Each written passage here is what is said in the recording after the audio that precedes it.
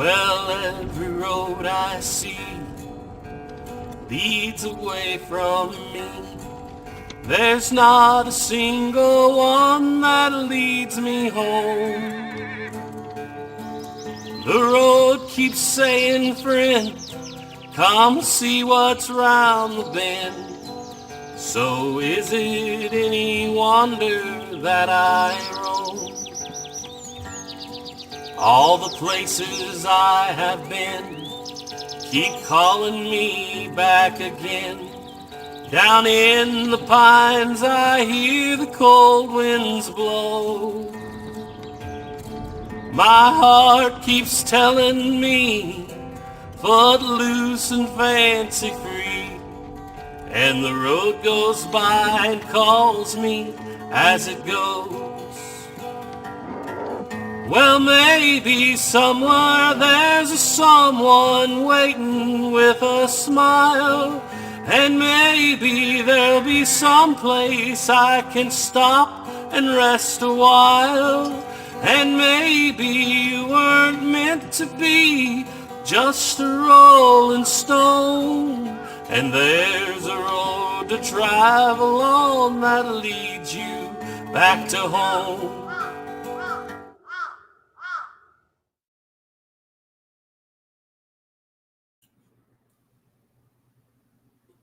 I almost forgot whose show we're on. I'm just here so I don't get fined. I'll adjust my camera. All right. Well, everybody, welcome. Doing a little different tonight, I guess, because we're only doing it on this channel. We have been running on both this one and 11 Bang Bang. But tonight we're just running on this one. The subject matter was supposed to be the Cheyenne Outbreak, and guess who didn't do their homework? I got started reading. Then what happened? Did you fall asleep? No. Well, yeah, that was part of it. I just have not slept well this whole weekend. That's the one downside of working nights is sometimes my nights, I get all messed up. And the last 2 days have been one of those weekends that got screwed up. But we're going to discuss a little bit on it. I'm not going to go into the gory details because I haven't got into it that much. So hopefully next time around, I'll be a little bit more prepared. But those that are new here, which I think most of the folks that are popping up in the chat have been here before, but those that are new here, the way we usually do this is Garrett goes through the chat and he'll kind of read them off and then we'll kind of get into things. I think he's having a conversation at the moment, so we'll give him a little bit of a pause. But if anybody is interested in the source material, that's going to be when I do get it read and get really going on this this talk. It's two main books: Morning Star Dawn by Jerome Green, and then January Moon, and this is the more directly on the Cheyenne Outbreak, and that's also written by Green. And so that's kind of the two main ones. There's a couple of the books out there. I realized after I started reading January Moon that I'm missing kind of what happens in between those two events. So that was the other reason why I kind of paused on reading too, as I was getting into January Moon. It's like, hey, this doesn't talk as much about leading up, what led up to it. This is more focused on what happened.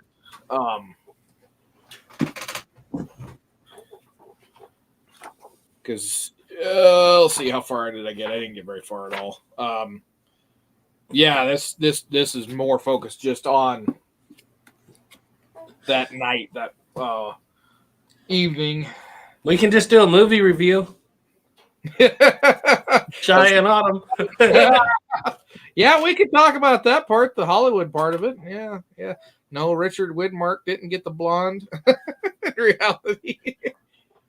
Wyatt Earp didn't lead a charge of drunken Dodge Cityans into the hills looking for Cheyenne.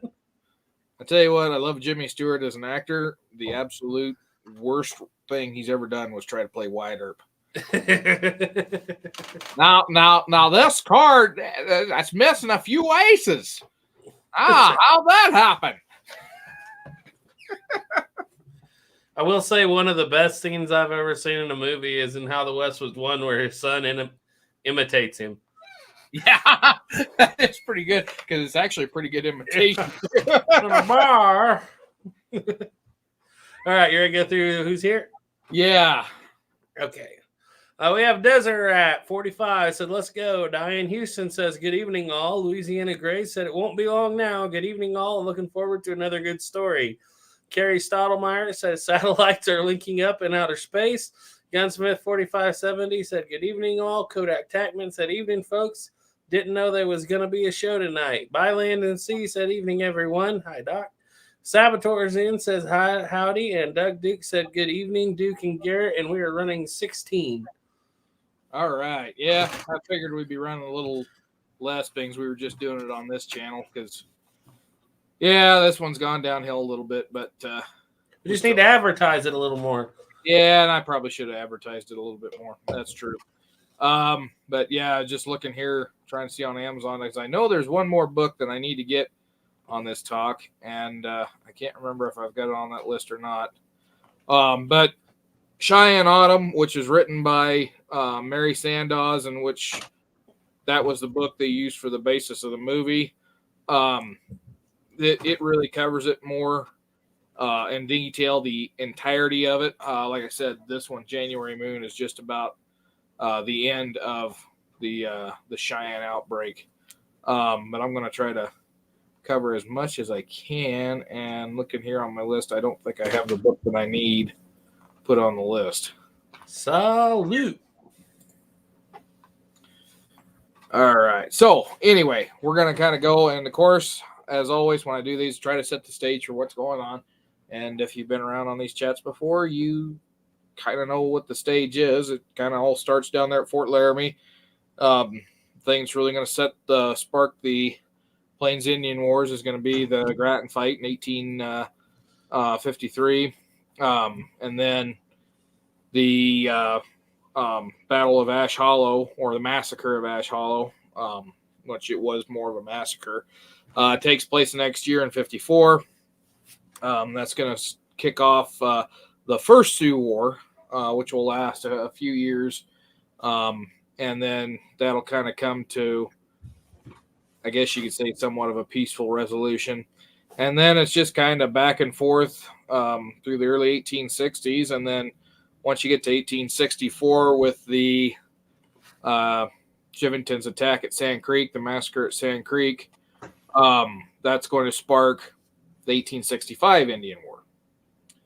And that's going to pretty much just roll right on into Red Cloud's War. And at the end of Red Cloud's War, you finally have a section there of somewhat peaceful times, at least down for that more southern part of the Northern Plains. But that's when you start having Red Cloud and his people, Spotted Tail, go to the reservations.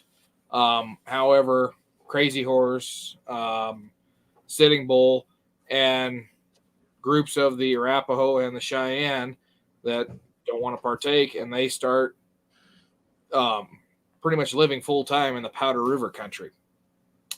And if you're not familiar with that, Powder River country is the area between Black Hills and the Bighorn Mountains in Wyoming and southern Montana. And this is kind of the last prime hunting ground because the buffalo, pressure on the buffalo during the fur trade days in the 1840s had caused the herds to move around. So they had moved from South Dakota because of pressure put on by the trading posts along the Missouri River. And so this little area in the Powder River Basin is where the buffalo had kind of moved to. So they were pretty good hunting grounds up there. And that was the basis of Red Cloud's War. That door was pretty loud there. Oh, sorry, I forgot to turn my microphone off. But anyway, yeah, that was the primary focus of Red Cloud's War was protecting this last prime hunting ground. And so in 1868, with the Fort Laramie Treaty, that territory, the Powder River country, is deemed as unceded Indian territory, not really given to any one particular tribe, although traditionally under the 51 treaty that was recognized as area belonging to the Crow. Basically states that territory is set aside for the purposes of hunting. No tribe is to permanently occupy it. They're only allowed to occupy it for hunting purposes. Like I said, there was a lot of non-treaty natives, such as Crazy Horse, Sitting Bull, their followers, some Cheyenne, some Arapaho, that just stayed there all the time. Now, the Northern Cheyenne also were known to stick around Red Cloud Agency. So in that 68 treaty, initially Red Cloud Agency was much closer to Fort Laramie. And then in the early 1870s, they're going to relocate it without Red Cloud's consent to a more northern part of Nebraska, near where the town of Crawford, Nebraska is now. And due to some concerns with natives that were starting to become a little bit more hostile towards the traders that operated at the agency, the Army puts an encampment at Red Cloud Agency, and it's going to be named Camp Robinson, named after a Lieutenant Robinson that was killed just outside Fort Laramie sometime just prior to that. And so Camp Robinson basically is there to serve as protection for Red Cloud Agency. They establish Camp Sheridan just outside of Spotted Tail Agency, about 40 miles away, basically for the same purpose there. But Camp Robinson is going to start to really grow because really it's a fairly strategic position where it's at. It's up close to the reservation. Well, it's in the reservation. It's close to the Black Hills where the Army's going to have to try to get miners out of after they discovered gold in 1874. And so it begins to grow slowly at first, and then it really starts to blow up. And, of course, by the 1940s, it's a very large operation. But during this time period, at this time, it's fairly small. There's 2 barracks, officers' houses. There was 6 duplexes and 1 single officer's house for the commanding officer. And so it's a fairly substantial little encampment. The logs are built out of cottonwood logs that are cut fairly close proximity. Some of them were cut on the hills. And if you've ever been to Fort Robinson, there's a lot of pine trees up in that area. Some of them were harvested a little bit further north, closer to the Black Hills. But the Army builds this up, and it becomes very apparent that this fort, which is going to become Fort Robinson very quickly, is going to be there to stay for the long term. So as you fast forward through, of course, Custer has his expedition up there in the Northern Plains in 1873.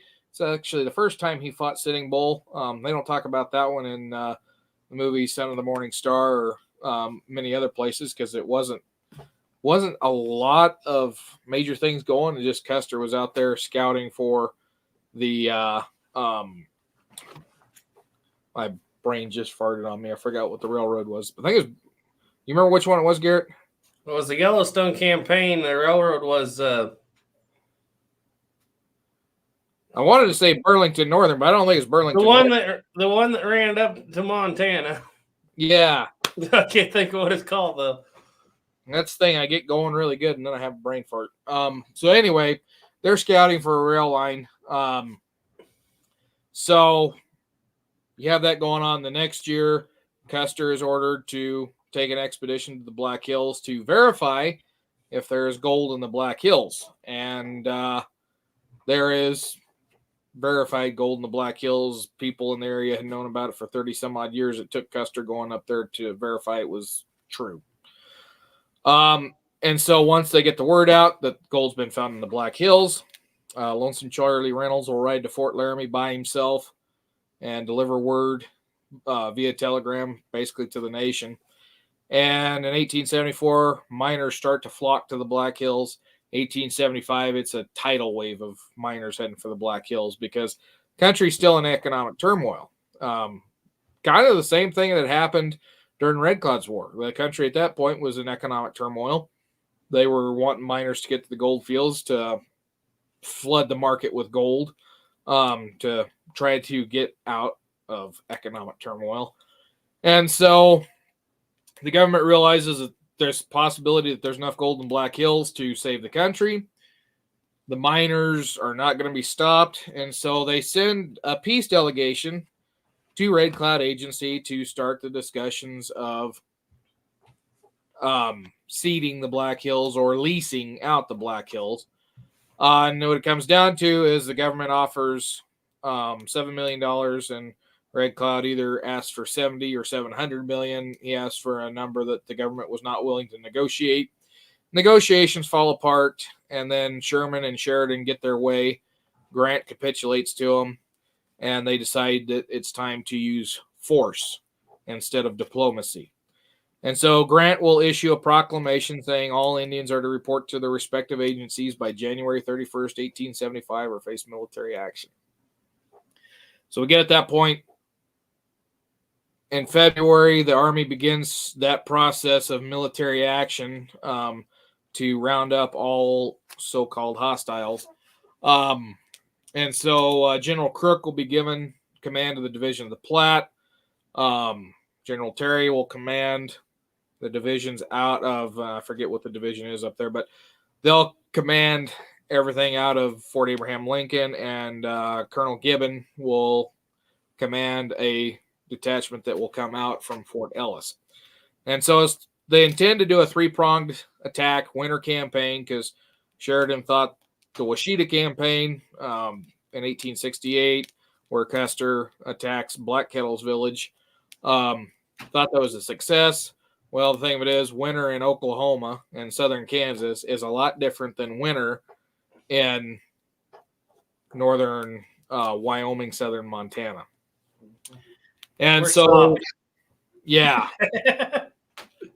So when Crook gets to Fort Laramie, he hires his scouts, gets his troops organized. He marches to Fort Fetterman, where he organizes, and he will deploy at early March and head up the Powder River. A blizzard's going to sock in Terry and Gibbon in the north, and so they will never take to the field. But Crook takes to the field, takes with him Colonel Joseph A. Reynolds, and then gives Reynolds command, a field command, basically as to opportunity to retire with a good mark on his career, but he's going to turn it into the opportunity to have another bad mark on his career. He'll be sent out to find the village of Crazy Horse, which Frank Gerard, who had lived with Crazy Horse for a time, says, I know where I can find that village. And he's not very far off from it when he discovers a village. And he does identify one of the animals as belonging to Crazy Horse. However, the village is actually a Northern Cheyenne village. The Northern Cheyenne at this point really didn't have any plans to partake in any further hostilities with the U.S. government. But like I said, wintertime up there in the Northern Plains is harsh. By the time they had gotten word that of Grant's proclamation, they're snowed in. You can't get out. And so they were waiting for the snow to thaw, and they were going to go turn themselves in and hope that they would be given a grace. But that opportunity never arrives. And on St. Patrick's Day, 1876, Reynolds will ride upon this camp. He will attack the camp. Now, during the fight that ensues, there were four or five soldiers wounded and killed. Native Americans did not suffer any casualties in the initial attack. However, they did suffer casualties once they fled because the village was burned. Everything was burned that the soldiers could get their hands on. And so many died after the fact as after result. And so with this fight, the Northern Cheyenne decide they are going to partake in what's going to be known as the Great Sioux War. They will fight. This village will eventually wind up at Crazy Horse's village, about 20 to 30 miles further up the Powder River, or further down, I should say, because the Powder River kind of runs northward.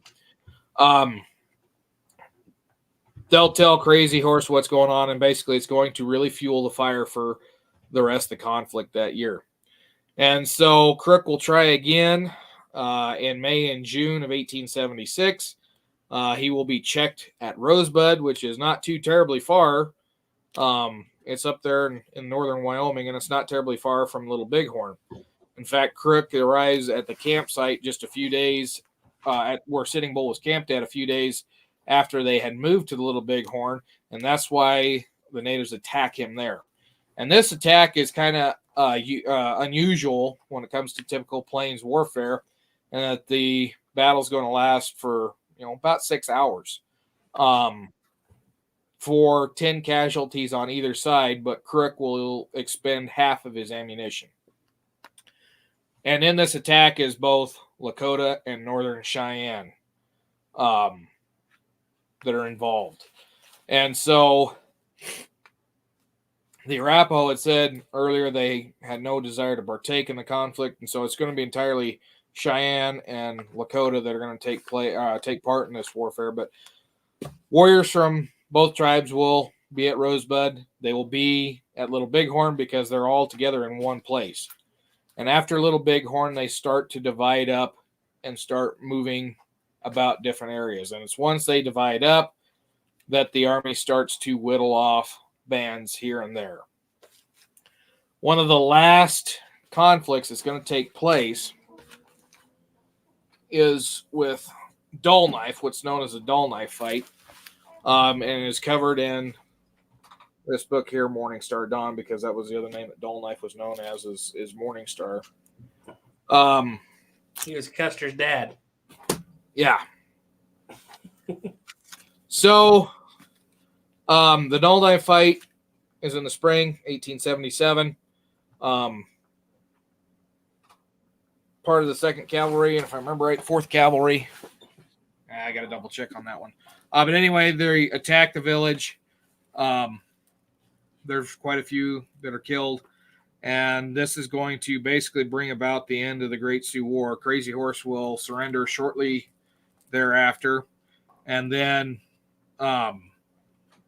Sitting Bull will flee to the north.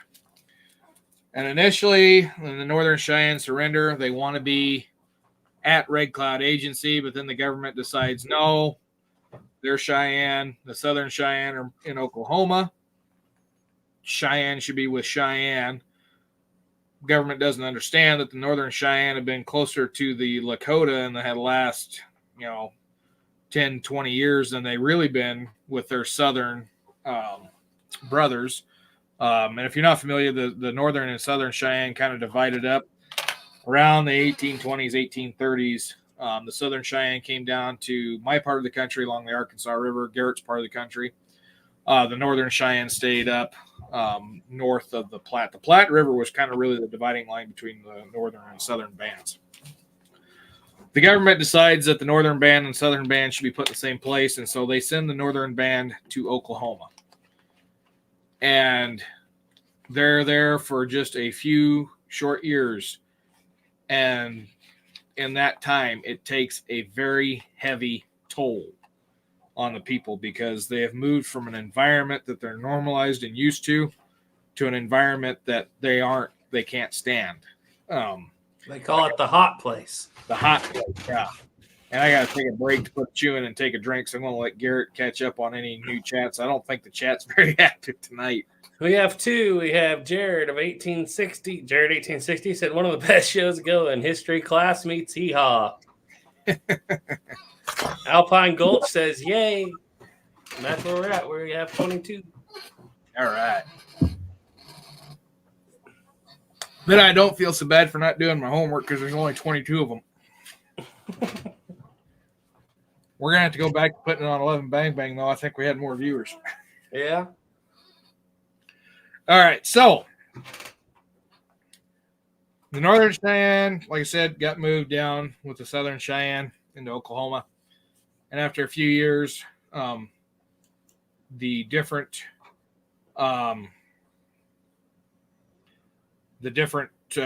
climate began taking its toll. Disease took its toll. And so basically these people are dying in significant numbers just from that changing climate. I just figured something out. I was able to midstream add it to my channel. So there we go. Maybe we'll pick up now. Yeah, maybe we can pick it up. So finally, the Northern Cheyenne keep telling the government, we can't stay here. We cannot stay here. We need to go back to our northern. Need to go back to our northern home. The government keeps telling them, no, you're going to stay here. And finally, they say, we've had enough. And so they're going to basically pick up overnight and begin a long trek back to their homeland. And I got to look here. Give me a minute because I got to find the date. But it was in 1878. So in 1878, they had not been over 2 years down there. In fact, I think they'd only been there, just a little over a year. So, short time there. Let's see here.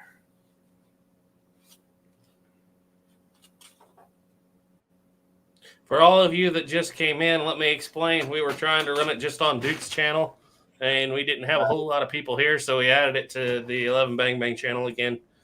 You want me to go through some chats here that just popped up? Yeah, go ahead. Okay, so By Land and Sea said, was this when the third Cav got involved? Yeah, third Cav was in that. Because I know I may have misspoke on the fourth Cav. I know second, fifth, and third were all involved in that. Because the third Cav winds up getting, in late 1870s, getting stationed at Fort Laramie, a couple companies. Company winds up at Fort Robinson. There's a company that winds up at Camp Sheridan. And then, the fifth Cav was out there. So second, third, and fifth, and seventh had all partaken in that. I want to say that there was a company of the fourth, but I cannot remember off the top of my head. I'm going to have to look that up. Anyways, September 9th, 1878 is when Dull Knife and Little Wolf basically say, we're going home. They take off. And they leave the reservation in Oklahoma and begin their exodus north. They'll go through Kansas, go through Nebraska, and then wind up at Camp Robinson almost in December of 1879. Actually, I think it was November. 6 weeks. It was 6 weeks. So it was October. 6 weeks. It took them to travel that distance. Now, there were some incidents that took place with some young warriors in Kansas. There was a little bit of raiding that was attributed to them in northwestern Kansas. But overall, they were just trying to get home. And the Army started chasing them, and the Army couldn't catch them until they got outside of Fort Robinson in October. And finally, Dull Knife decides they're dying. Winter's coming in. They cannot keep running. And so soldiers arrive, and that was a group from the 3rd Cav. Soldiers arrive to stop them, and the warriors think they're going to be attacked. They start singing the death song, putting on their war paint. The soldiers are basically getting put into position to prepare for attack. And finally, somebody says, well, Dull Knife wants to talk. So the soldiers, Dull Knife, talk, and they basically come to terms with a surrender. And so the Army at that point tells them, okay, we're going to accept your surrender, but you have to disarm and dismount, basically turn your horses in. And so they didn't do it right away. They gave them a little bit of time. And in that time, the Cheyenne managed to take their best guns and hide them. They disassembled them, put them in different places. A lot of them were hidden in baby bundles or on the women because the soldiers did not search women. And then whatever guns were inoperational at the time, a lot of those were ones that were turned in, and surrendered over to the soldiers. So once this happens, they begin their march to Fort Robinson, which is a short distance. The Cheyenne arrive at Fort Robinson, and they're given one of the barracks that was built in 1874. Barrack that had housed one company of the 9th Infantry. And so when they're placed in the barrack, there's no guard that goes in with them. They're just shown the door in. And before they come in to do another search and inspection, the warriors managed to find loose boards in the floorboard, and all those guns that they'd stashed on the women, they throw onto the floor. Now, with the soldiers are 2 Oglala scouts. And one of them looks at the captain of this company and says, if I find any guns on these Cheyenne, can we keep them? And the captain says, we done searched them all, but if you find anything, you're welcome to keep it. And one man walks up to one Cheyenne and takes a gun. The other Oglala walks up to another man and takes a pistol. Right there in front of the soldiers' noses. So that was kind of a slap in the face to the soldiers right there.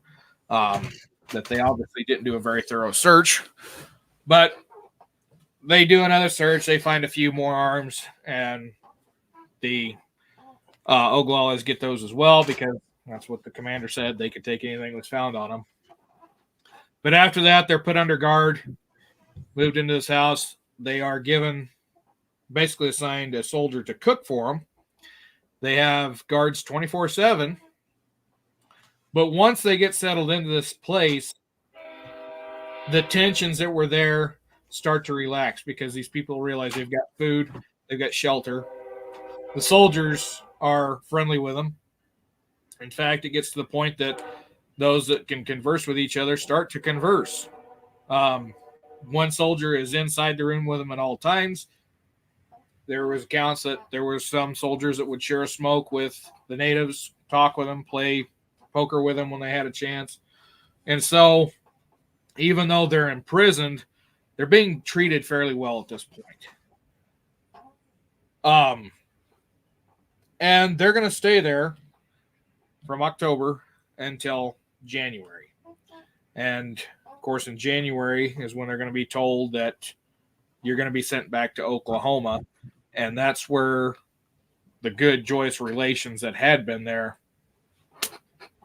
are done away with. And that's about as far as I got read up on. But you know what happened. Yeah, we know what happened. You want to read a few comments before you go on? Yeah, go ahead and read a few comments here. All right. We've been up to 40 and down to 28, so I don't know. It's weird. Sabater said, I think Southern Cheyenne called the Northern Cheyenne like Sioux. Mm-hmm. That's mentioned several times. Go ahead, sorry. No, go. I know. I was just, yeah, go ahead. Stephen Sheets said, good evening, everyone, and nice hat, Garrett. Well, thank you, Stephen. Kodak Tackman said, pop in over here for a minute. Stephen M. Mann said, well, here we are. Louisiana Gray said, see, this is another one. Bluebeard said, a little bit of raining. I love how people just glanced over the fact that they were killing settlers. And Victor Schultz said U.S., but anyway. Yeah. And so, after that, I'm trying to find the date here. It was January 22nd is basically the big date. And like I said, we're going to come back and touch on this again on the next chat. But January 22nd is when everything pretty much goes to hell.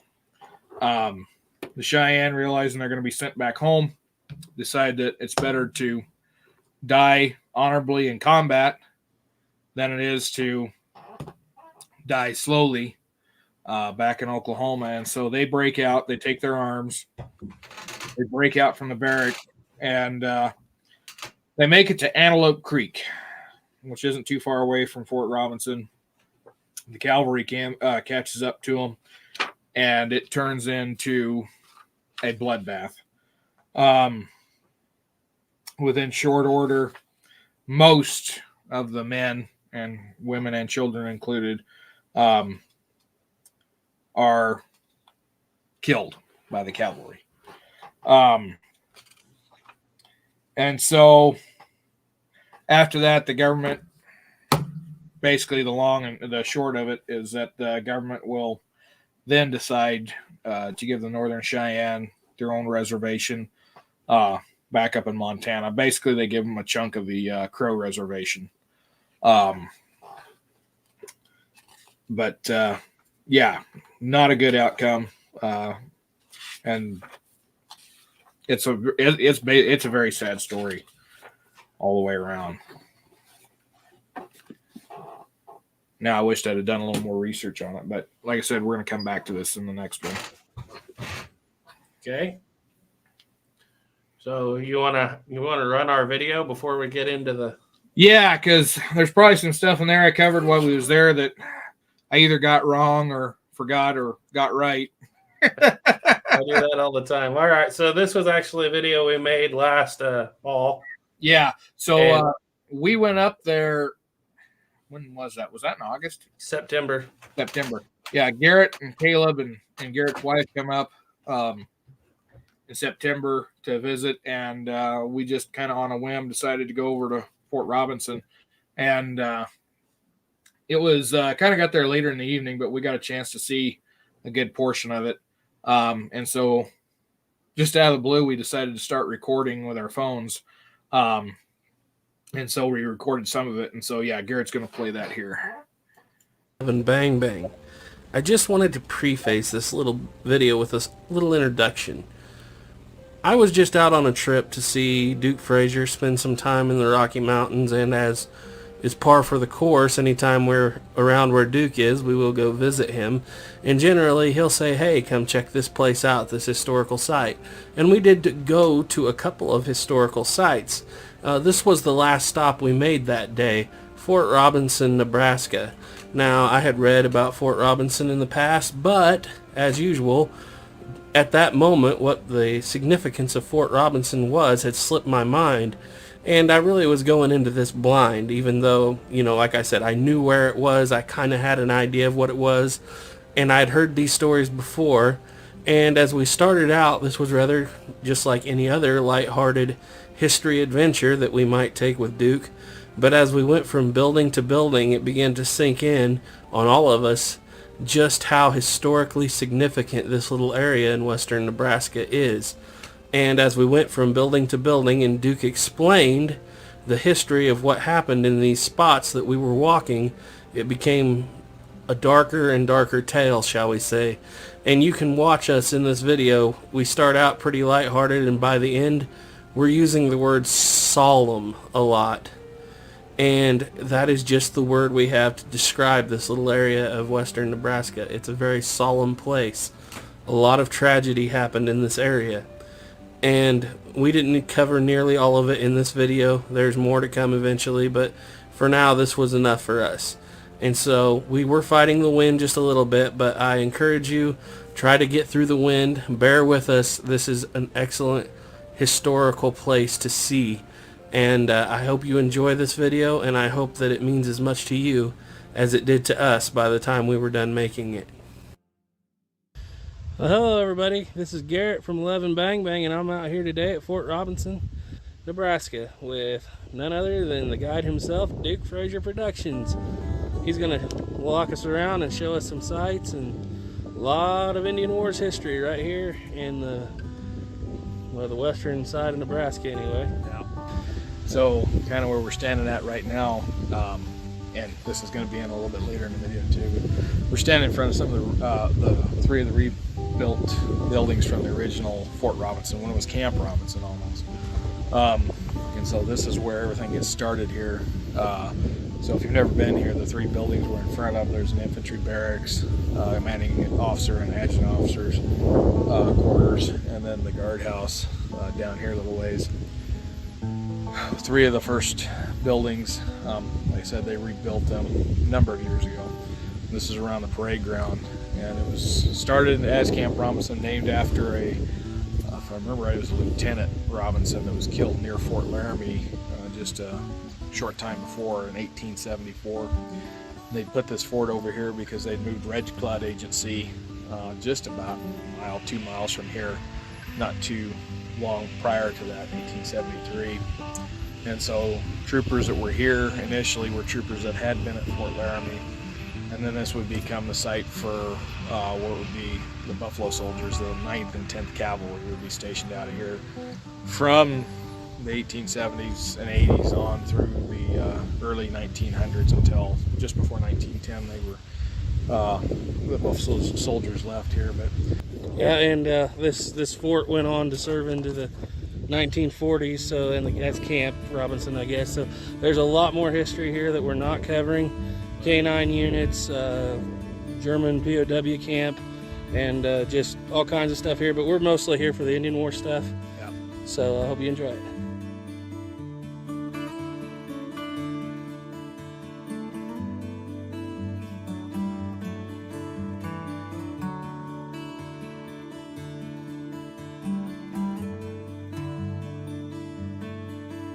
We're at the Red Cloud Agency, where it was at from about 1873 to 1877.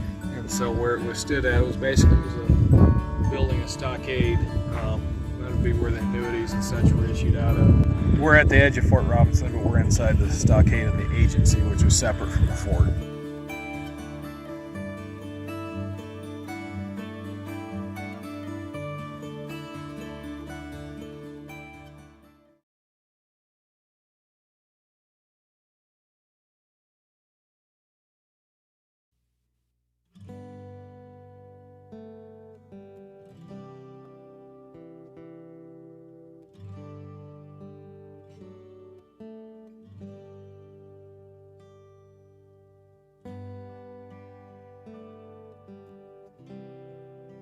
Yeah, hard to put words together, but this was a spot, September of 1877, that Crazy Horse was killed. Come in to talk with the commanding officer who wasn't here. They tried to put him in the guardhouse, and when he tried to escape, he ran out the door. He was grabbed a hold of here and bayoneted. Wow, here on the spot. He didn't die immediately, he died quite a bit later on.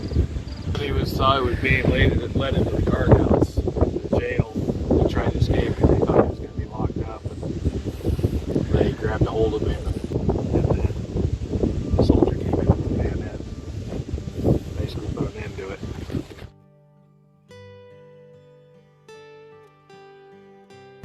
Alright, so this building here is commanding officer's quarters, or office, and the adjutant's office. And this is the office where they brought Crazy Horse in and be where he would die 5 hours after he was bayoneted. So yeah, it's a very solemn place.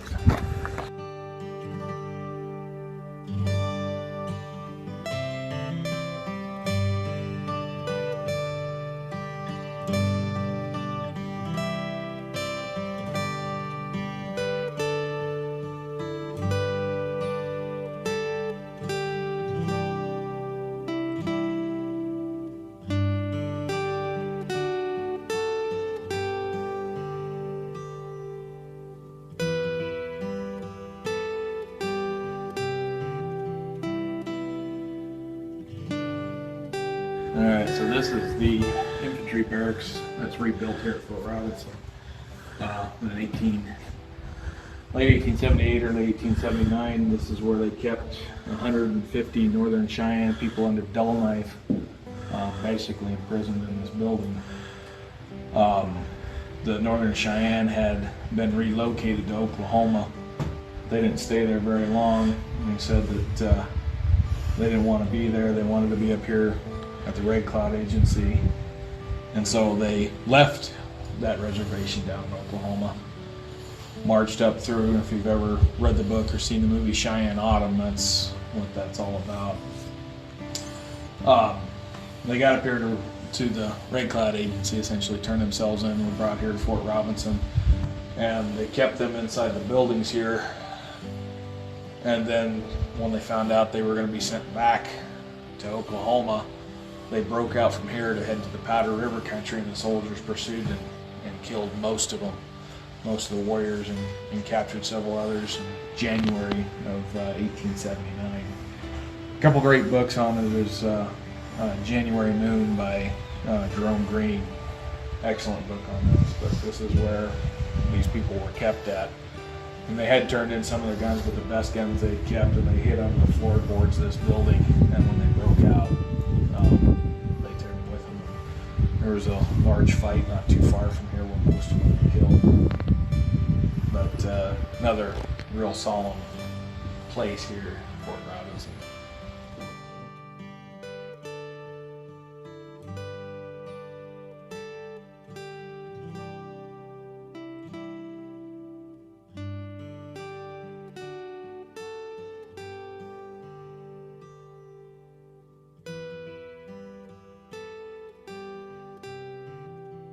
Well, guys, I appreciate Duke coming out today and helping us make this video. And this is one of the more solemn on the roads.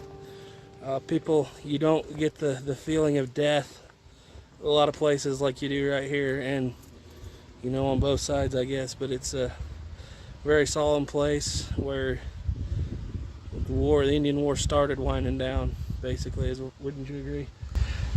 Yeah, of course, the last thing to happen would be the Wounded Knee Massacre, which takes place in 1890. That's up on Pine Ridge here, quite a far ways away, so we won't make it up there today, but not on this trip anyway. Be another day. But anyway, guys, there's a lot more to see here at Fort Robinson, but this is kind of, since we're just basically Indian Wars, you know, there is a German POW camp, a K-9 training unit, stuff that went on in World War II, but since we're basically just Indian Wars, this is what we're here to see.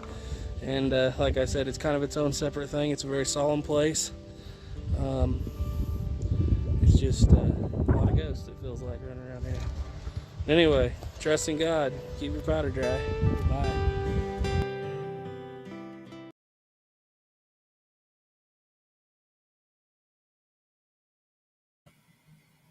You turned your mic off, Garrett. We both did. I was looking at your mic. I was looking at your mic symbol. All right. You want to go through a few chats? Yeah, I was just going to say while that was playing, I did find the numbers. And so, yeah, I had a brain fart earlier. I forgot to mention it was the 9th of January is when the breakout takes place, when they leave Fort Robinson. And let's see, I just had the number there. 27 of the war, 27 people were killed. And apparently the daughter of Dolomite, she was mutilated. They did recapture 35. The rest of them did flee, and at Antelope Creek, the soldiers got up to them. That was on January 22nd. There was 37 people left. And Wessels tried to talk the Cheyenne into surrendering. They responded by firing at him. And so he mounted an attack. And when the attack was over, 28 Cheyenne were dead. 9 survived the attack on the 22nd. And the 28 that were killed there were basically buried in a giant or a mass grave. They called it the pit.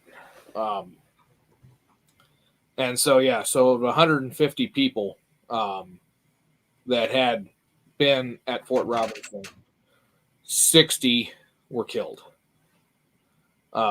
Remaining 70 were recaptured. Dull Knife himself, among a handful of others, did manage to escape and did manage to find some refuge for a time at Red Cloud Agency, which at that time had been moved up into where Pine Ridge is at now. But yeah, it was a complete and utter tragedy all the way around. And kind of in the aftermath too, there were some that said that if they had been moved back to Oklahoma right after they had been captured, there would have been a lot less resistance than there had been by allowing them to stay in that country, that part of the country for as long as they did. But it's one of those things that history's 2020 and you can't go back and change it. We can only look to the future and try to avoid it from happening again. Yeah. All right, so a few comments here. Stephen Mann said Fort Robb is where Bob Fry was from. He was the owner and maker of the infamous 62 caliber snake rifle. Hope he's still kicking. Desert Rat 45 said, I'm looking at my great-grandfather's album from World War II, and he has photos of German POWs disembarking in Liverpool, England. They were kept in Arizona during the war. Gray Pilgrim said, hey, guys, I'm here. Very well done. Informative. Duke is a wealth of knowledge. Doug Dukes asked, so did Carl Malden. Let's see, he's the commander, right, at Fort Robinson. If I the commander was Wessels. Yeah. And I got to look at find Malden. But Doug Dukes said, did he get in trouble? And Gray Pilgrim said, a very sobering episode.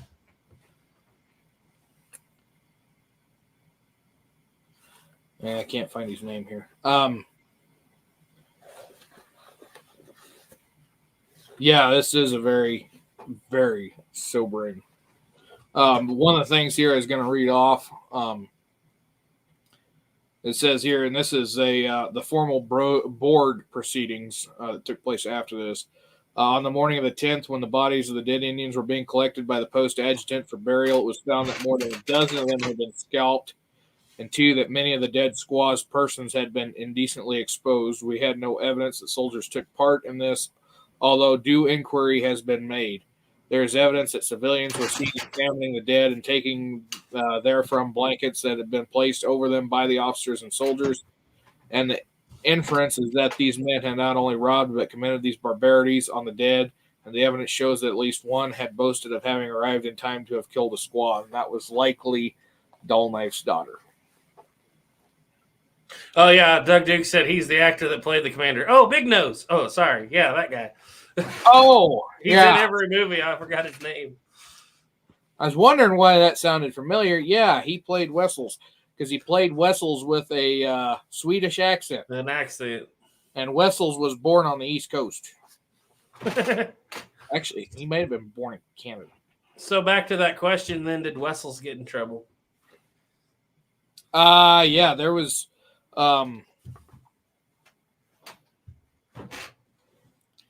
let's see here, because I haven't got all the way into it. I'm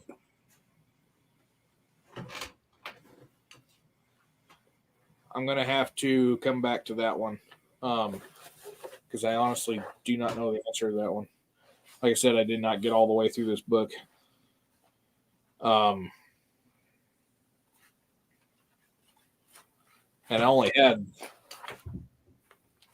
that much left to go. But there was definitely a massive investigation into it. But like a lot of the other things, the government winds up just kind of blowing it over. But it was a tragedy, none other, any way you look at it. It was a complete tragedy that a little diplomacy could have gone a long way to resolve. The government don't get it always right today, and they sure didn't get it right back then either every time. Yep. Sabador said every year the Lakota and Cheyenne have a Fort Robinson run. Yep. Yeah, they have a Fort Robinson run. They have was that a bike deal or no, the young adults run that, teens. They also have one for Sand Creek as well. It's a memorial run. Oh, like a run. Okay, it's not like, okay, I got you. Yeah, it's I forgot. Somebody explained to me how they do that, but they go out and they start at, like the one for Sand Creek, they start at Sand Creek. If I remember right, they run to the Capitol in Denver. And so they don't run the whole way. They'll run for as long as they can, and then they'll get a little break, and then they'll start running again. But yeah, they have the Fort Robinson run. there's several of those that take place. Casabiter, I think there's a run up there in the Black Hills too, if I remember right, where they run basically what they call the Red Circle, the Red Valley around the Black Hills. Gray Pilgrim said it was sick. I read "Bury My Heart at Wounded Knee" and it made me feel soiled. Yeah. Stephen M. Mann said I managed to miss most of this episode. Well, that was a mess up on my part. Yeah, we thought we'd do it all on my channel, and now we're running 50. Told you. I didn't even know I could actually add our channel in the middle of the stream, and I really wasn't planning on it, but I hit the button and it said you're live, and I thought, well, I guess we're here. Yeah. Two things are going to happen when I start clicking buttons up there. Either something's going to change or we're going to go offline. I've had that happen before too. Yeah, let's not do that one. Great Pilgrim said, out here in Oregon, the Consolidated Tribes host a gathering. It is quite interesting. I'm going to look up Wessels here right quick. And see what happened. Yeah, see what happened. I remember something happened. He was born in Sackett Harbor, New York. Sackett Harbor, New York. Maybe it was Jubals founded that. But maybe it was to very Swedish parents. Yeah, it could have been. Apparently there's not much happened to him because in 1892 he got promoted to major and be commander of a regiment during the Spanish-American War, and he was at San Juan Hill. Then got promoted to colonel in 1899, and then became colonel of the 2nd Cavalry Regiment in 1901, was part of the Philippine-American War, and then discharged for poor health. Made it all the way to Brigadier General in 1904, and then he died in 1929, so obviously not much happened to him. And the thing is Wessels, he took command in the middle of when the Cheyenne were being kept, or towards the end of when the Cheyenne were being kept there. Carleton had been there before, and Carleton was the one that I said Carleton. I gotta double check. I'm pretty sure it was Carleton. He had been there, and he was the one that had treated them very, very well. Made sure that they were being fed regularly, they were kept warm, try to get them as much clothes as they can, and allowed doctors to provide medical aid regularly. Major Caleb Carleton. But then Wessels takes command on the 4th of December, and basically he's going to become fairly strict with them. Puts more guards on them, starts to have the women working outside in harsh conditions, restricts their access to firewood, but then he does put in for the army to supply them with better food, and orders better clothing for them because he says they're dressed essentially in rags. So it was kind of a half of one, half for the other. Became more harsh on them at the same time, tried to get them a little bit better situated. But January 3rd is when they were told that they were being sent back, and January 9th is when they decided that they were not going to go back to Oklahoma. Doc said, you mentioned the pit. Are the remains of the fallen Cheyenne still there? I do not know. I honestly do not know. I'll let you read this one because I can't pronounce that name. Oh, Eli Ricker. No, not that name. Oh, Shangro? Shangro. That's what I was thinking it was, but I wasn't sure. And I got the one book. I don't have both books. Just a minute, folks. He'll be right back. Oh. So you guys got any more questions or comments, shout them out over there and we'll read them. Yeah, probably in the second book. I've only got the first one. So this is another great source for information. This is the native views, so I doubt Shane Grove is going to be in here. He might be. Ooh, excuse me.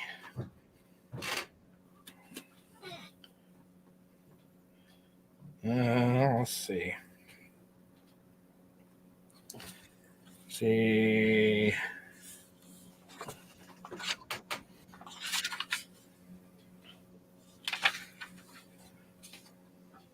Towards the back, Salvador said. Okay. Let's see if they just had the Cheyenne Outbreak. Yeah, they do cover the Cheyenne Outbreak here, and it's actually only mentioned on one page or 2 pages. Footnote for one, and a full page on the other. So let me go to 264 and see what they got here. Oops, too far back. I think that's pretty funny. Salvatore not only knows the book, but he knows exactly where it is. that is an excellent historian too. When we're going to have him on this show? One of these days, we're going to work it out. We just got to work it out. Desert Rat said, keep doing the shows. Real history you'll never get from a high school textbook.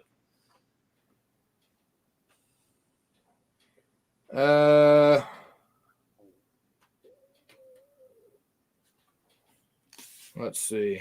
Who is this one? Oh, yeah, it's John Shangro. Okay, so this is Shangro's account.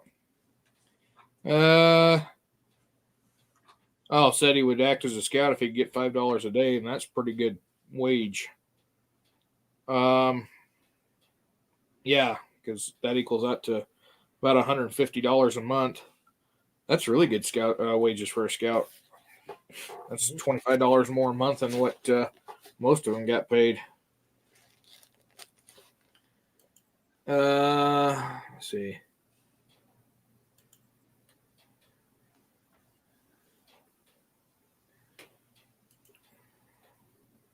Let's see.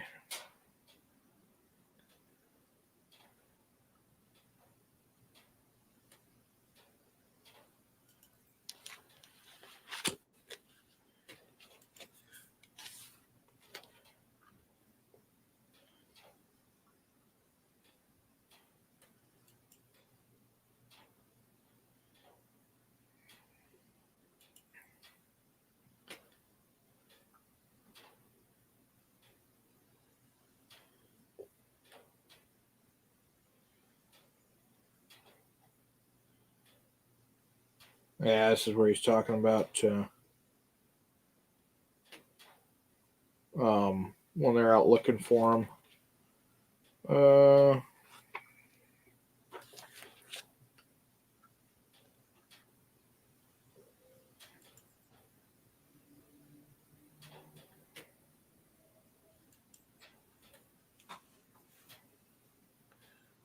Yeah, they found the camp. Stephen M. Mann said, here, the closest I get to culture here is out at the powwow in Sphoby Town. Ottawa, Ojibwa Nations, a couple of powwow out at Spring Creek, and yes, I still pronounce the creek Lukeholm. By Land and Sea asked, was Crook a part of this also? The which one? Crook. Crook was the commander of the Department of the Platte. So he was the overall commander. He didn't partake in the fight. He was part of the review process after the fact. So at this time, yeah, Crook is still operating between Omaha, Fort Laramie, Fort D.A. Russell, because this is all his division. He hasn't been reassigned to Arizona yet.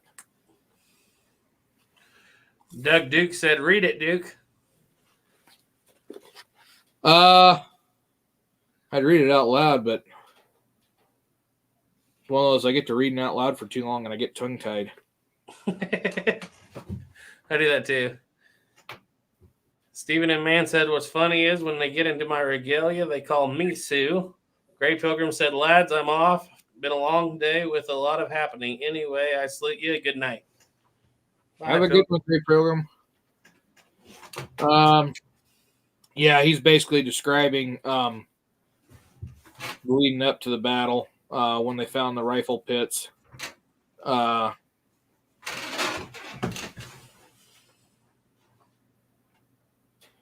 Little fight that had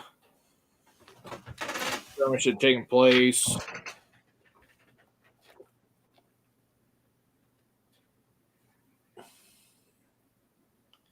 Yeah, this is as they're trying to follow him up.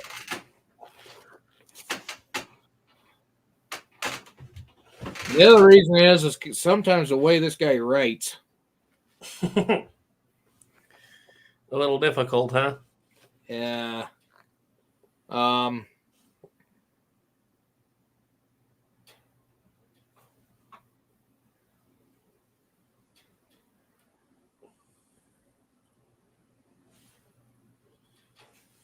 Yeah, he's describing the.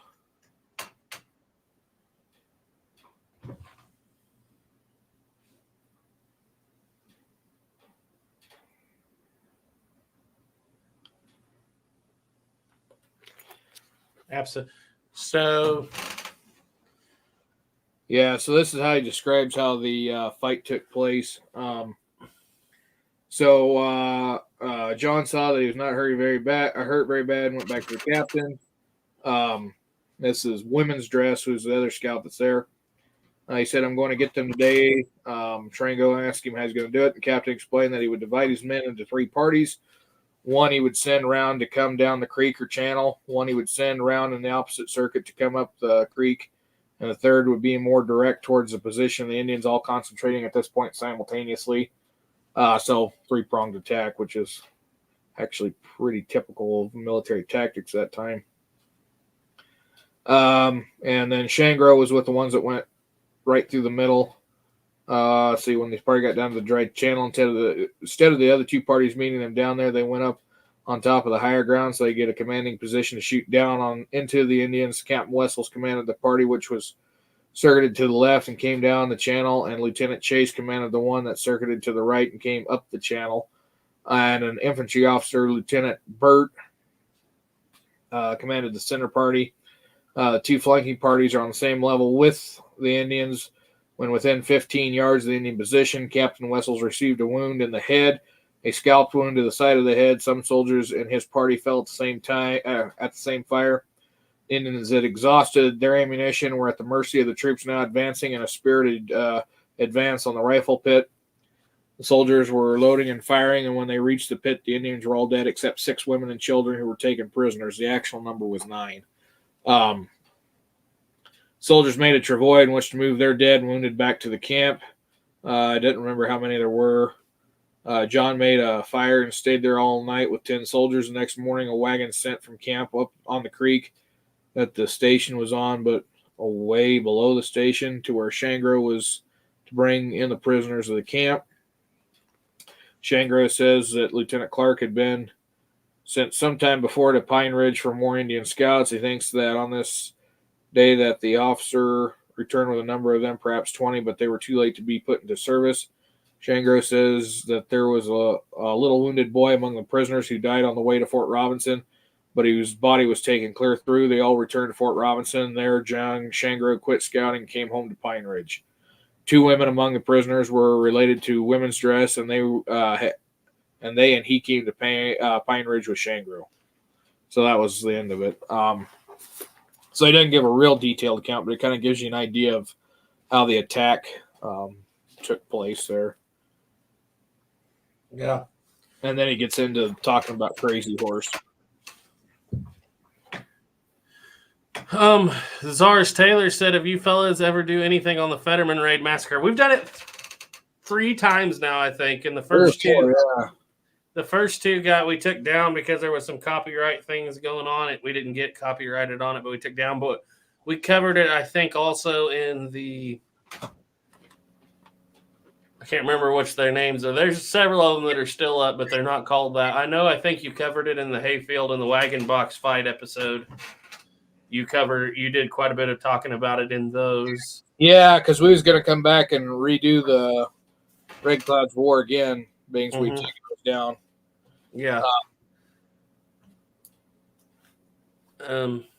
which I am in the process of working on a podcast on Red Cloud's War, and it's not going to be a small operation. I know about them things that aren't small operations. Jeremy P. said, "Hi, everybody. I'm just now tuning in. Is this along the same lines as the Cheyenne Autumn movie with Richard Widmark?" Yep. Same thing, but Hollywooded it up pretty good.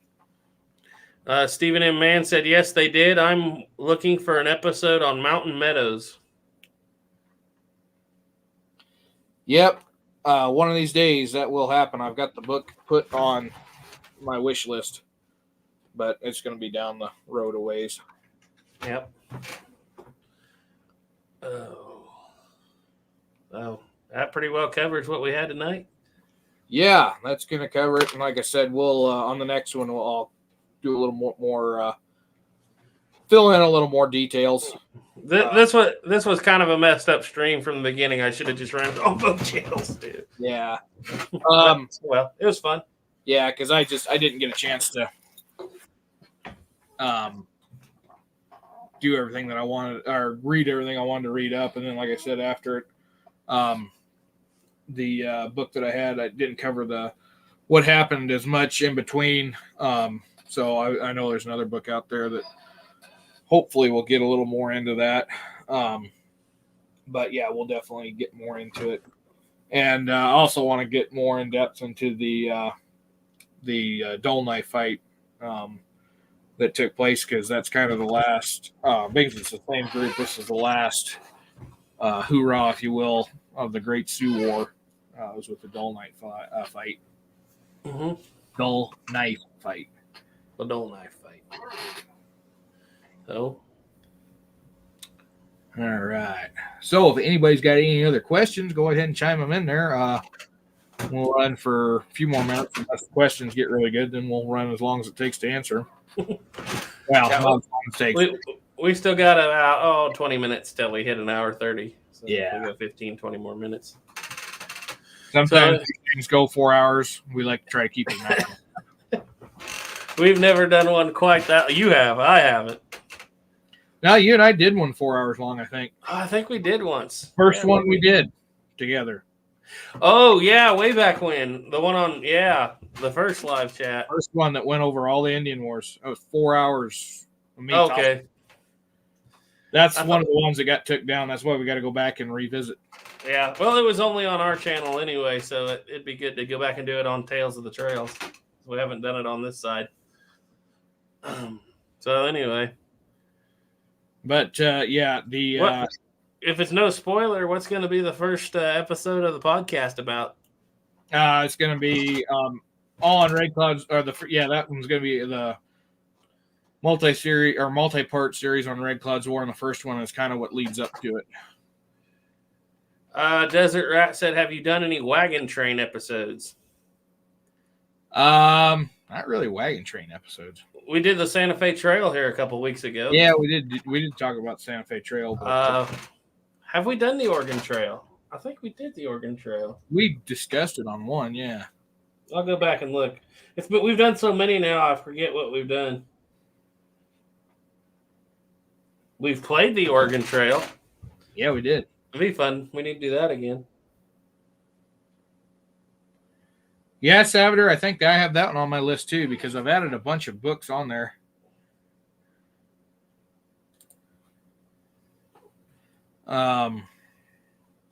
See if I have that one on there. I've added so many books, some I've forgotten that I've gotten on the list.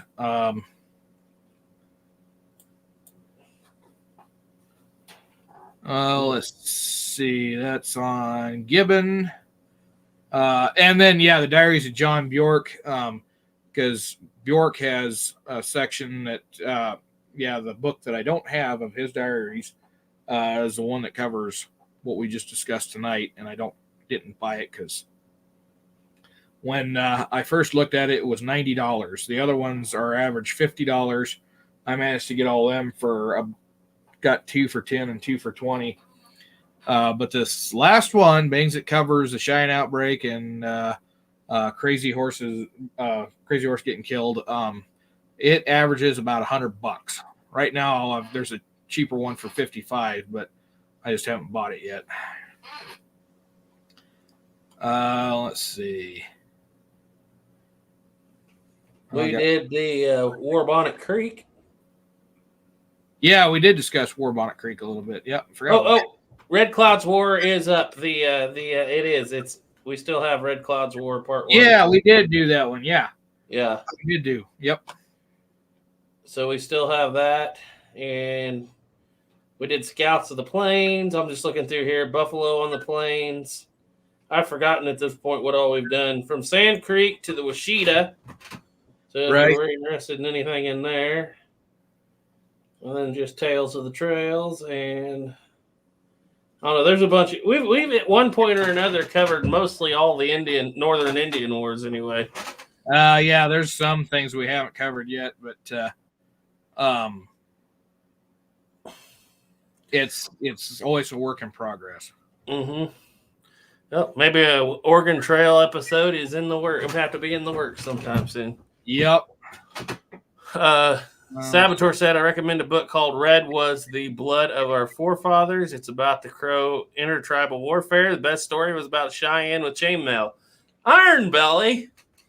Powder River's a big range.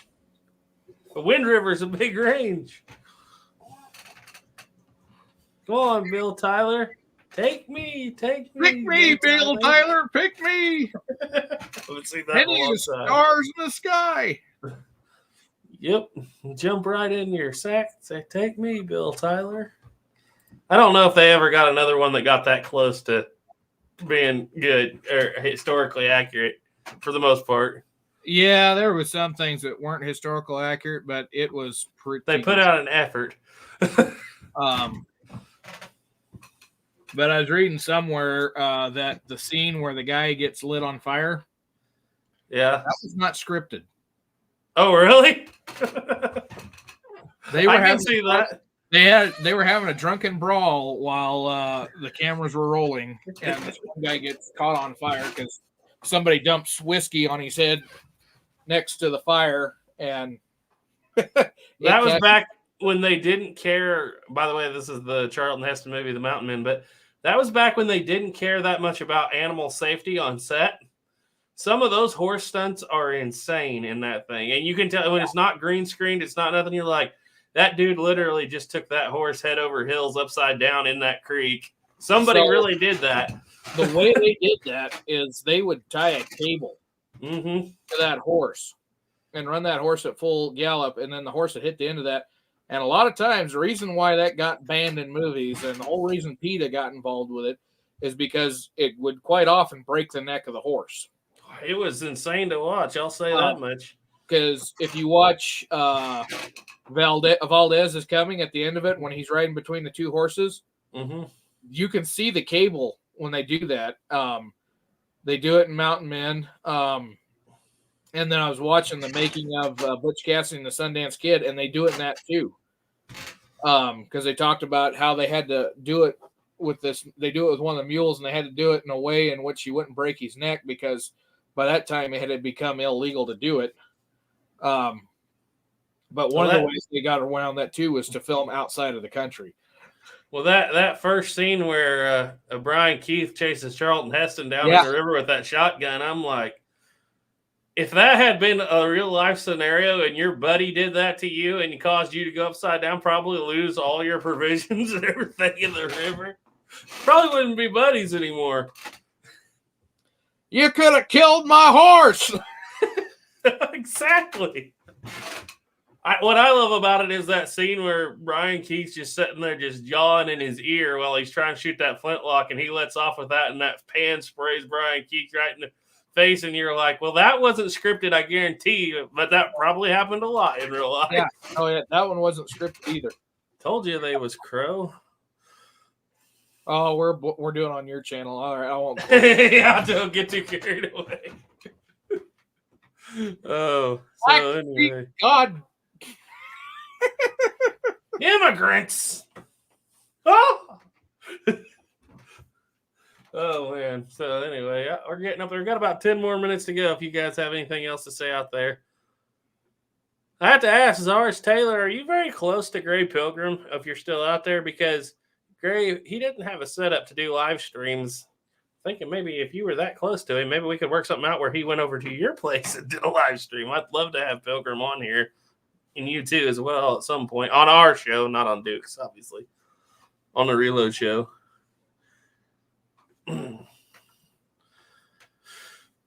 So, anything else going on? Got any closer to getting your Sharps rifle back, or not your old one, but a Sharps rifle? Not yet. I gotta send a bunch of stuff to my buddy and figure out what the bill is going to be, but I'm slowly working on it. Right now I got a bunch of other things I'm paying off on. I spent a couple things that I needed for work, and I thought, hey, I'll take a tax write-off. Problem is I bought them after the 1st of January, so it ain't going to help me this year. Yeah. And then there's somebody in Kansas that I owe money to for again.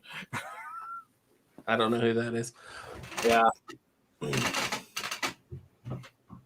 But yeah, hopefully, I'll have the Sharps here by hunting season next year, or the hunting season this year. That'd be a good deal, man. I want one too, but I really just decided I can't afford to dump into it till I'm done with this trapdoor series. But you're going for a business rifle, right? Yeah, it was. Well, it's a 63 conversion sporting rifle. So I kind of wished it was a carbine, but I'm going to take it. And I wish it was 50-70, but it's 45-70. Thinking about having it, reaming the barrel out to 45-90, because at the time that they were doing those, there was a round out there was called the 44-90 that developed, and it was kind of abandoned because it was such a heavy recoiling gun. They wound up going to the 44-77 is what took its place. Doc said, Duke, don't worry, that guy in Kansas don't want your money. Hey! Diane Houston said, are there many Crow Indians around today? Yeah, there's they have their agency up there in Montana. It's Crow Agency. That's where the Little Bighorn Battlefield is at. And it's right next to the Northern Cheyenne Agency. One day I was down there at Fort Laramie. I got to meet one of the big chiefs from the Northern Cheyenne Agency and talked with him a little bit. But yeah, they're still plenty around. I haven't been up there, but one of these days. Which reminds me, I need to email the guy up there, because when I decided that I'm not going to work for the Park Service anymore, all of a sudden the Park Service wants me to come work for them. Yep. Go figure. As Stephen M. Mann said, no one guarding this village. Just sneak in and get old running moon. Yeah. Oh. Yeah, that's about what's going on there. But yeah, no, the Mountain Man movie, that is pretty accurate description of what you read in some of the historical details. What it was like. They were all kind of jokesters. They had to be. When you live that with that much death, I mean, and the Mountain Man. And I always, people like to talk about the Wild West, Jesse James and all that. I always feel like about after 76, the Wild West is gone. But you want to talk about wild, 1830s, 40s, and before even, that's a Wild West right there. Yeah. Yeah, in the 1860s, it was pretty wild still. By the 1870s, it's starting to get tamed down. By the 1880s, it's turning into cattle and sheep country. Yep. I mean, there's still stuff going on, don't get me wrong, especially like down in Arizona and places, but yeah. Them old guys had something a lot of the cowboys didn't know nothing about. There was I think it was in the 1880s, there was there was an incident up on the Crow Agency where they wound up sending in soldiers. But for the most part, most of the big battles were done by 1878. Your chances for survival had increased significantly if you were in the West by that point.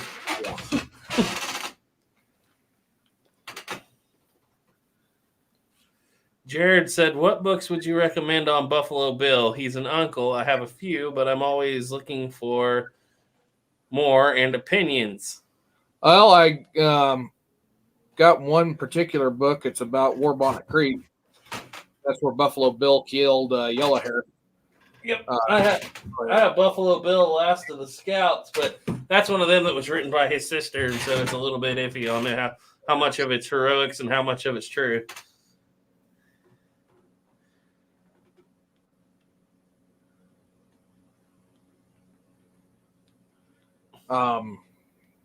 Yeah, I'm trying to think. I don't have any others that really get too much into it.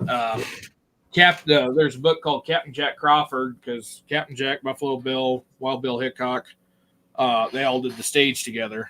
And Captain Jack Crawford came out in the 1870s, and he was up in the Black Hills when Hickok got killed. He was around when Buffalo Bill was scouting for the Army in 76. So that'll have a little information on him. But particular book, I don't have one. He's going to be coming up a lot in the Trapdoor series in the very next episode after the one that's about to come out. Pivotal. Yeah, speaking of which, when I get out there, we're going to have to film. I'm trying to build some wagon boxes. Yeah. If that gives you a hint of what we're going to be doing. Just having fun said, I think Captain Ball said the Sharpton 45-110 is a rifle you shoot a couple times and put it in your closet and sell it after a few years. So what's the biggest, the 51 or the 51-40?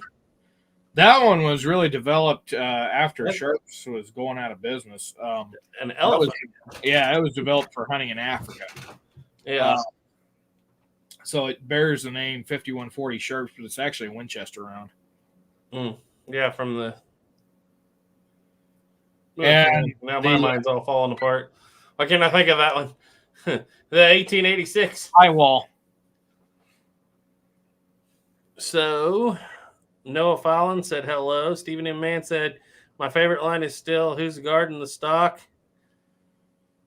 Yeah, okay. Yeah, I remember that line. Well, you was guarding the stock. Bolt! I was guarding the stock. Brian Keith, he was a long way from a family affair. That guy had some acting range now, I'm telling you. Yeah, he play something like Disney's Savage Sam and then turn around and play that character. He was in one of the Virginian movies. I think it's called Bull of the West. Yeah. He could get a long way from Uncle Bill. I know that much. Yeah. And then he plays a Scotsman in The Rare Breed. Yeah, that was very well. You couldn't even hardly tell it was him. I mean, you could, but that guy had an acting range that was just insane. And a voice to match it. And then he was actually out at Bent's Fort when they filmed out there for the How the West Was Won with James Arness, which was a TV series. Mm-hmm. He played a colonel out there, and they have a hand sketch of Bent's Fort out there that him and James Arness and all those actors signed. Christopher Lee was at Bent's Fort. Why can I not think of the one that we always quote, the one with Steve McQueen? What's the name of Nevada Smith. Nevada Smith. Pick up that brass. That was a great brass expensive. They don't make ammo for that gun anymore. Ain't made ammo for it for 15 years. That was pretty authentic right there. Yeah. And he's holding a Remington 1875. Yeah, that they ain't made ammo for it for 15 years. Pick up that brass. That was a good show.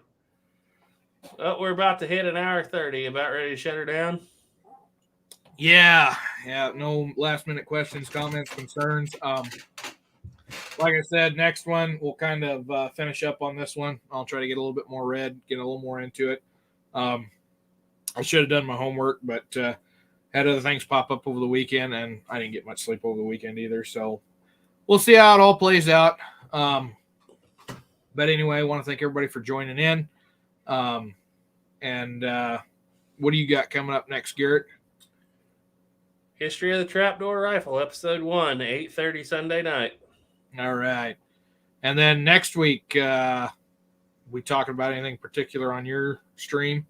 No, I haven't got an answer from the people we talked to yet, so it'll be something. Right. We'll be doing something Wednesday. Yeah. It looks like we have got a couple more comments. Okay. Keith was in Young Guns. Yes, that's right. He was. Yes, he was. Let's dance.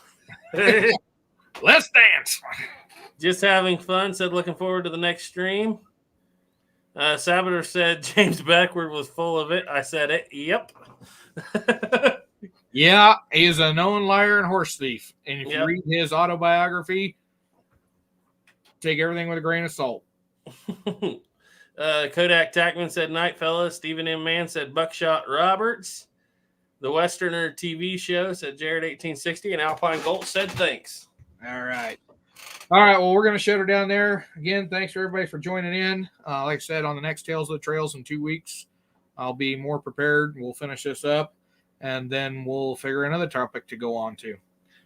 So until then, be sure to stay tuned. Keep your powder dry. Stay safe out there. Catch y'all later.